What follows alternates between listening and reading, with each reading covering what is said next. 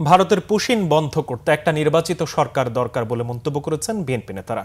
বলেন, ভারতের চরম আগ্রাসনের শিকল ভাঙার আকাঙ্ক্ষা থেকেই জুলাই গণঅভ্যুত্থান হয়েছে। আগামী দিনে যাতে স্বৈরাচার তৈরি না হয় তার জন্য জাতীয় ঐক্য ধরে রাখতে হবে। শুক্রবার সন্ধ্যায় কেন্দ্রীয় শহীদ মিনারে জাসাস এর আয়োজনে জুলাই গণঅভ্যুত্থানের শোকসভায় বিএনপি নেতারা একথা বলেন। তারা বলেন, আগামী দিনে কোনো স্বৈরাচারী সরকার যাতে মাথাচাড়া দিয়ে উঠতে না পারে সে লক্ষ্যে সকলকে ঐক্যবদ্ধ হয়ে সামনে এগিয়ে যেতে হবে। নেতারা বলেন, শেখ হাসিনাও নির্বাচন দিত না, এখন কয়েকটি দল আছে যারা নির্বাচন দিতে চায় না। তারা জানে নির্বাচন হলে জনগণের ভোটে বিএনপি ক্ষমতায় আসবে। বিএনপির জনপ্রিয়তায় বিএনপির কাল হয়ে দাঁড়িয়েছে। বিএনপির আন্দোলন ছিল মানুষের অধিকার নিশ্চিত করা এবং দেশ থেকে স্বৈরাচার বিদায় করা। সাধারণ জনগণ প্রজাতন্ত্রের মালিক, মালিকানাটা কিভাবে আমি দেখাবো?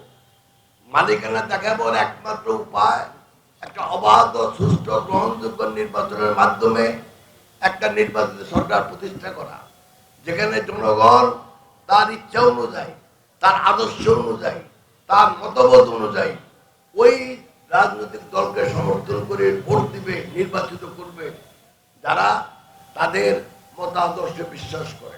আজকে একদিন পর পর ভারত আমাদের সীমান্ত দিয়ে পুশিং করতেছে। কাদেরকে পুশিং করতেছে আমরা জানি না। এটা থেকে ভারতীয় অনুচররা আছে কিনা সেটা আমরা জানি না।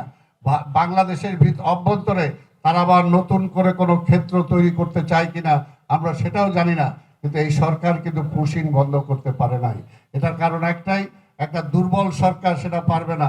ভারতের যে চরম আগ্রাসন বাংলাদেশের উপর, সেটি সেই শিকলকে ভেঙে, সেই দিল্লির জিনজিরকে ভেঙে বাংলাদেশকে একটি স্বাধীন সার্বভৌম রাষ্ট্র হিসেবে গড়ে তোলার জন্য যে আকাঙ্ক্ষা বাংলাদেশের জনগণের ছিল, সেটি একটি অন্যতম ড্রাইভিং ফোর্স হিসাবে আমি মনে করি যে গত জুলাই ও আগস্টের অভ্যুত্থানের একটি অনুপ্রেরণা হিসেবে আমাদেরকে জুগিয়েছে।